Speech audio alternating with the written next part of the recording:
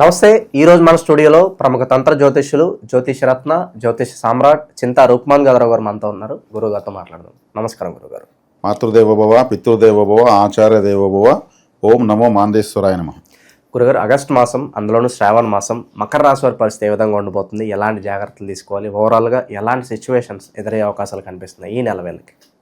మకర రాశి వాళ్లకు ఈ ఆగస్టు మాసం మాస ఫలితాలు చెప్పుకునే ముందు వీళ్ళ యొక్క ప్రత్యేకతలు కొన్ని మనం చర్చించుకొని ప్రతి నెలలాగా మనం ముందుకెళ్దాం.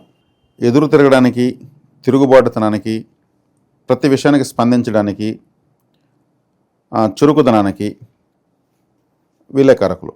కారకులు అంటే వీళ్ళే, మకర రాశి వల్లే. ఏదైనా సరే ఆన్సర్ అవ్వందే వీళ్ళు కంపల్సరీ ఆన్సర్ అవుతారు. అసలు సమాధానం చెప్పకపోతే టీచర్కి ఎంత కోపం వస్తుంది. ఏదో ఒకటి చెప్పరా, నిజమో తప్పు చెప్పి ఏడవరా అంటారు కదా. ఎదురు తిరగటం అంటే సమాజంలో అన్యాయం జరిగినా కూడా వెంటనే రియాక్ట్ అయ్యేది వీళ్ళే. విప్లవాలు పుట్టేది మకర రాశి వాళ్ళ నుంచే. విప్లవ నాయకులు, చేగువేరా, మరి ఇట్లంతా ఉంటారు, తిరుగుబాటు వాళ్ళు ఉంటారు. వాళ్ళంతా అటువంటి మకర రాశిని పుడతారు. లేదా ఆ స్థాయి మకరం తిరుగుబాటు చేయాలంటే చాలా ధైర్యం కావాలి, చాలా శక్తివంతులు వీళ్ళు. అంటే ఎదురు తిరగడంలో వీళ్ళ మించలేరు. ఉద్యమాలు, ప్రభుత్వం పైన సామాన్యులు తిరుగుబాటు చేస్తారు చూడు, అది మకర రాశి ప్రభావం. ఇది అంటే ఓటర్స్ అంతా మకర రాశే. ఓటర్స్ కానీ లేకపోతే ప్రభుత్వాలు లేవు. ప్రభుత్వం ఇప్పుడు రైతుల ఆందోళన అంటారు, కార్మికుల ఆందోళన అంటారు, డాక్టర్ల ఆందోళన అంటారు, ఆర్టీసీ కార్మికుల ఆందోళన అంటారు. కర్షక కార్మిక వర్గాలంతా కూడా మకర రాశే. వాళ్ళు కష్టపడతారు, అన్యాయం జరిగితే ఎదురు తిరుగుతారు, లేదంటే వాళ్ళు ఎదురు తిరగరు. కానీ వాళ్ళకే అన్యాయం జరుగుతూ ఉంటుంది. ప్రపంచంలో ఎక్కడైనా సరే వీళ్ళే. ఎందుకంటే సైనికులంతా కూడా వీళ్ళే. ఆర్మీ చీఫ్ వేరు, సోల్జర్స్ వచ్చి మకర రాశి. రాజు అనేవాడు ఎవరిని ముందు పెడతాడు? బలిపశువుగా సైనికుని పంపిస్తాడు. నువ్వు వెళ్ళు, ఆ పక్క రాజునే చంపు, నన్ను కాపాడు. కానీ సైనికుడు ఏం చేస్తాడు? తన ప్రాణాన్నే పెట్టుబడిగా పెట్టి ముందుకెళ్తాడు. చనిపోతాడనే భయమే లేకుండా వెళ్తాడు. ఇది ఎదురు తిరగడం అంటే. మకర రాశి అంటే అది ఒక విప్లవ రాశి. విప్లవ సాహిత్యం రాసే వాళ్ళు కూడా మకర రాశి ప్రభావంలో పుడతారు. సాహిత్యాలన్నీ రాయొచ్చు, మనకు భక్తి సాహిత్యం రాయొచ్చు, మరి ఇది మన ప్రేమకు సంబంధించిన సాహిత్యాలు రాయొచ్చు, ప్రేయసి గురించి కావ్యాలు, కవితలు రాయొచ్చు. విప్లవ సాహిత్యము అందరిలో అవుతుందా? విప్లవ కవి అంటారు కొంతమందిని. వాళ్ళంతా మకర రాశిలో పుడతారు. ఆ ఎనర్జీ వీళ్ళ బ్లడ్లో ఉంటుంది. అది రాశి యొక్క గొప్పతనం. వీళ్ళకైతే అన్యాయం జరుగుతూనే ఉంటుంది. అది వీళ్ళ అదృష్టమో దురదృష్టమో తెలియదు.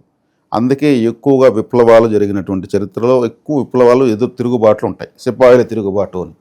ఇదంతా మకర రాశి ప్రభావం. ఓటర్లంతా కానీ విప్లవంగా ఏకపక్షంగా ఒకరు ఎవరికేస్తే వాళ్ళే గెలుస్తారు. అది ఒక విప్లవం. వాళ్ళు ఇంకొక నాయకుడికి ఎదురు తిరిగినారని అర్థం.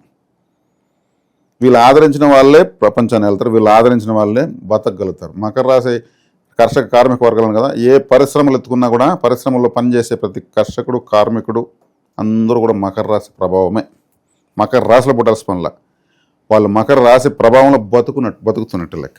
చాలా గొప్ప రాశి ఇది. వీళ్ళు లేకపోతే ప్రపంచం లేదని చెప్పొచ్చు. వీళ్లకు ఈ మధ్యకాలంలో వీళ్ళ జీవితంతో వీళ్ళు పోరాడారు ఏలినాటి శని ప్రభావంతో. వీళ్ళు హానెస్ట్గా పనిచేసినా కానీ ఫలితాలు రాలేదు. అలా అది ఏలినాటి శని ముగిసింది. అది ఒక సువర్ణ అధ్యాయం. వీళ్ళు జీవితాన్ని నేర్చుకున్నారు. ఇప్పుడు ప్రజెంటు ఆగస్టులో శని భగవానుల వారు వెనక్కి వస్తున్నారు. మూడో ఇంట్లో వెనక్కి వస్తున్నారంటే రెండో ఇంటికి వస్తున్నారు. రెండో ఇంటి వైపు చూస్తున్నారు. అంటే వీళ్ళ కుటుంబము. రెండవ స్థానం అంటే కుటుంబము. రెండవ స్థానం అంటే భార్య పిల్లలు, భర్త పిల్లలు. రెండవ స్థానం అంటే బ్యాంక్ పాస్బుక్. రెండవ స్థానం అంటే మాట్లాడే మాట. రెండవ స్థానం అంటే తినే తిండి, వీళ్ళు పడుకుని నిద్రిస్తున్న ఇల్లు, కుటుంబం అంటే. కాబట్టి ఈ మాసము వీళ్ళకు కాస్త ఇప్పుడు నేను చెప్పిన కారకత్వంలో అన్కంఫర్ట్ ఉంటుంది. బ్యాంక్ పాస్బుక్ అన్కంఫర్ట్ అంటే ఏ విధంగా అనుకోవచ్చు మనం? వచ్చిన డబ్బు చాలదు, లేదా రాదు, లేదా వచ్చిన మిగలదు, చాలదు అంటే వీళ్ళ అవసరాలు వస్తాయి. శనేశ్వరుడు వెనక్కి వస్తున్నాడు కాబట్టి బ్యాంక్ పాస్బుక్, ప్రతి ఒక్కరు బ్యాంక్ పాస్బుక్ కూడా రెండో ఇల్లే. దాంట్లోకి రాహు ఉన్నాడు, శని వస్తున్నాడు. రాహు శనులు ఇద్దరు కంబస్ట్ ఎక్కడ రెండో స్థానంలో అవుతున్నారు. నేను ధనస్థానము, ధన వాక్కు, కుటుంబ స్థానం అంటారు దీన్ని. మనం తినే తిండి కూడా అదే. ప్రాథమిక విద్య 5వ తరగతి వరకు విద్య కూడా రెండో స్థానమే. కాబట్టి అటు రాహు శని మళ్ళీ ఆయన వెనక్కి వచ్చేసి రాహు వైపు వస్తున్నాడు. కాబట్టి వీళ్ళకి ఇప్పుడు చెప్పిన కారకత్వాల్లో ఏదన్నా వీళ్ళకు డబ్బులు చాలకపోవడము, వచ్చిన డబ్బు అది ఇంకొంచెం అవసరం పడడము, అనేది ఈ మాసం ఉంటుంది అంతే. ఇదేం లైఫ్ టైం ఉండేది కాదు. అప్పులు చేయాల్సిన పరిస్థితి వస్తుందంటారు ప్రజెంట్ అంటే వాళ్ళ యొక్క వ్యక్తిగత పరిస్థితులు బట్టే చెప్పాల్సి వస్తుంది ఆ విషయం మాత్రం.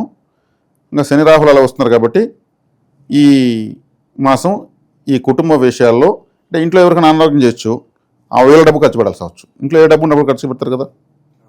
కుటుంబ సభ్యులకు ఇంకేదన్నా పిల్లలకి ఇప్పుడు స్కూల్స్ టైము, కాలేజెస్ టైము, మంచి స్కూల్లో చేర్పించాలనుకుంటారు, అప్పు చేయాల్సి రావచ్చు, ఉన్న డబ్బుతో కాస్త అప్పు. కాబట్టి కొంతమంది ఫారెన్లో పెట్టే ఉంటారు పిల్లలను, అక్కడ ఉద్యోగాలు వచ్చి ఉండవు, వీళ్ళు ఇక్కడి నుంచి డబ్బులు పంపిస్తున్నారు కూడా. అంటే కుటుంబానికి సంబంధించి ఏ విధంగా ఖర్చు వస్తుందని అర్థం. అంటే ఇప్పుడు సేవింగ్స్ చేయాలంటే చేయలేరు అని అర్థం, ఇంకేం లేదు. ఆ స్థితిలో ఇప్పుడు కుటుంబం అంటే తినే తిండి అని చెప్పాను కదా. కాబట్టి వీళ్ళు దాన్ని దృష్టిలో పెట్టుకుని సరిగ్గా కూడా ఏదో గొంతెమ్మ కురుకులకి అది ఇది కొన్ని కూడా తినరు. మనకి ఇప్పుడు అవసరాలు ఉన్నాయి, మళ్ళీ చూద్దాము అనే పరిస్థితి వస్తుంది. అదే తెలియజేస్తూ ఉంది. అష్టమ స్థానంలో కేతువు రవి ఉన్నారు. రవి కేతులు ఉన్నప్పుడు అష్టమ స్థానం అన్నప్పుడు అష్టమ స్థానం అంటే ఏమి?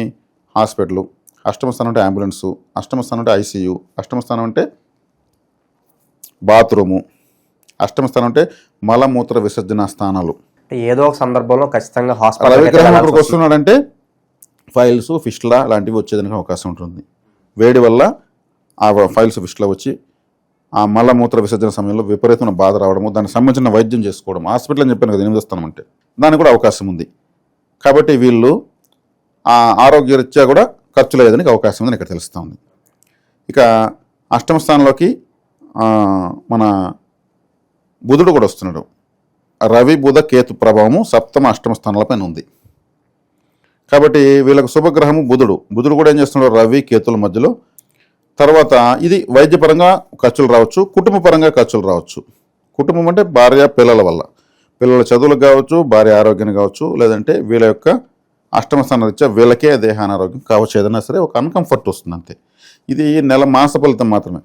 కానీ ఇక్కడ ఏదొచ్చినా వీళ్ళు ఎదుర్కొనేస్తారు, అదొకటి ఉంది. మళ్ళీ వీళ్ళ మొండితనం ఉంది, వీళ్ళ రక్తంలో ఆ శక్తి ఉంది మకర రాశి వాళ్ళకు. కాబట్టి ఇంకా సప్తమంలో శుక్రుడు ఉన్నాడు, ఇది చాలా ప్లస్ పాయింట్. శుక్రుడు సప్తమంలో ఉండడము అన్నిటికన్నా హైలైట్. శుక్రుడు ఆయన అంత తెలివైనడు, ఎంత తెలివైనడు అంత తెలివైనడు, ఆయన ఎంత మొండి అంటే అంత మొండి. ఆయన అసాధ్యాలను సుసాధ్యం చేసేటువంటి గ్రహం అనమాట. కాబట్టి ఎన్ని వచ్చినా తట్టుకొని నిలబడగలిగేది మకర రాశి వాళ్ళు. ఏమి వచ్చినా సరే దేనికి భయపడాల్సిన అవసరం లేదు. అసలు వస్తే కూడా జనరల్గా దీనికి పోయి భయం ఎన్నో చూసాం. దాంతో పోలిసి ఇదేంది, బ్యాడ్ టైం ఉన్నా కూడా త్వరలో మనకి మంచి రోజులు వస్తాయి, స్టార్ట్ అవుతాయి. అసలు ఇక్కడ బ్యాడ్ టైం అని చెప్పి లెక్క చేయరు. శుక్రుడు ఉన్నాడు అక్కడ, శుక్రుడు సచ్చినోడు బతికిచ్చేసినాడు. తెలుసా మీకు? రాక్షసులు చంపుతామంటే ఆయన మృత్సంజను బతికిస్తూ వచ్చాడు. శుక్రుడు అనుకూలంగా ఉన్నటువంటి జాతకులు ఏట్లో కొట్టుకోపోయినా సరే బయటపడతారు. కృత సంజీవిని యోగము అని అంటారు దాన్ని. ఈ మధ్యనే ఒక ఫ్లైట్ యాక్సిడెంట్లో ఒకే వ్యక్తి బతికాడు. శుక్రుడు మృత సంజీవిని యోగం అతని జాతకంలో ఉంది. అతను ఎమర్జెన్సీ డోర్ కాడ కూర్చోబెట్టాడు శుక్రుడు. అతనికి ధైర్యం ఉంది, వచ్చేసాడు. మృత సంజీవిని యోగం అలా ఉంటుంది. కాబట్టి శుక్రుడు వీళ్ళకి 7వ ఇంట్లో ఉన్నాడు. నేను చెప్పిందంతా వినేదానికి మనకు వస్తుంది అంతే, వీళ్ళకి ఏది పనిచేయదు. ప్రధాన శుభగ్రహము దశమ పంచమాధిపతి, కేంద్ర కోణాధిపతి, లగ్నాన్ని రాశిని చూస్తున్నాడు. కాబట్టి వచ్చినప్పుడు క్యారీ కూడా చేయరు, మళ్ళీ వెంటనే పుంజుకునేస్తారు. కాబట్టి గురువు 6వ ఇంట్లో ఉన్నాడు. గురువు 6వ ఇంట్లో ఉన్నప్పుడు వైద్య ఖర్చుల రీత్యా శత్రువులకు అంటే ఏదైనా అప్పులు కడతారు. అప్పులు కట్టేది బలం ఎక్కువ ఉంది, కట్టేస్తారు, తీర్చేస్తారు. అదేవిధంగా శత్రువులను కూడా కూల్ చేసేస్తారు. ఎందుకంటే అప్పే శత్రువు, అదే కట్టేస్తే నా శత్రుత్వం నశిస్తుంది. కాబట్టి గురువు ఆడున్నప్పుడు ఏం చేస్తాడు? అప్పులు వగదించేదానికి వీళ్ళకి అవకాశం ఇస్తాడు, చేర్చేస్తారు. 9లో కుజుడు ఉన్నాడు భాగ్యంలో. మకరానికి బాధగాధిపతి కుజుడు 9లో ఉన్నాడు. తండ్రితో వైరం రావడము, లేదు తండ్రి మన వంశీకులు ఉంటారు, పాలోళ్ళు అంటారు, చిన్నాన్న పెద్దన్న పిల్లలు, ఇటువంటి వాళ్ళతో విభేదాలు రావడము. విభేదాలు రాకపోయినా లోపల రగులుతూ ఉంటాయి కొన్ని శత్రుత్వాలు.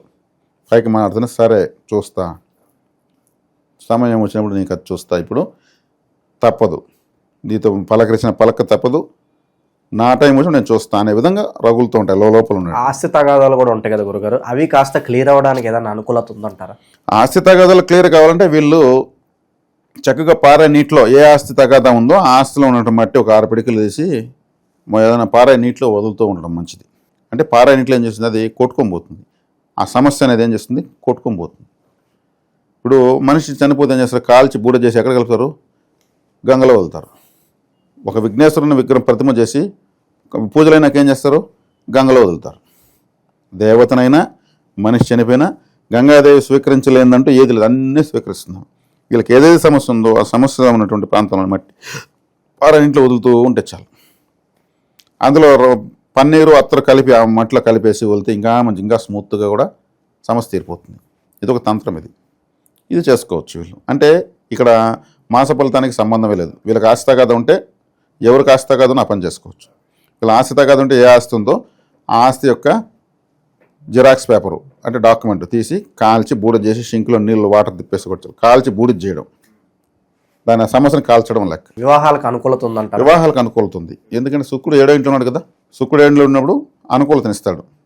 మామూలుగా జన్మజాతకుల్లో శుక్రుడు 7వ ఇంట్లో ఉంటే దోషము. ఈ గోచర్లో కాబట్టి ఆయన వివాహానికి అనుకూలత ఇస్తాడు. తాత్కాలికంగా ఆ నెల ఉండి వచ్చేస్తాడు కాబట్టి 7, 8, 9, 10 మంచి స్థానాలకు వస్తున్నాడు శుక్రుడు.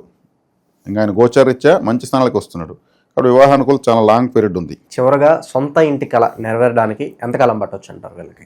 సొంత ఇంటి కళ నెరవేరడానికి ఇక్కడ వచ్చేకాడికి వ్యక్తిగత జాతకంలో ఆ బలాన్ని పరిపూర్ణంగా చూడొచ్చు. గోచరీత్యా చూస్తే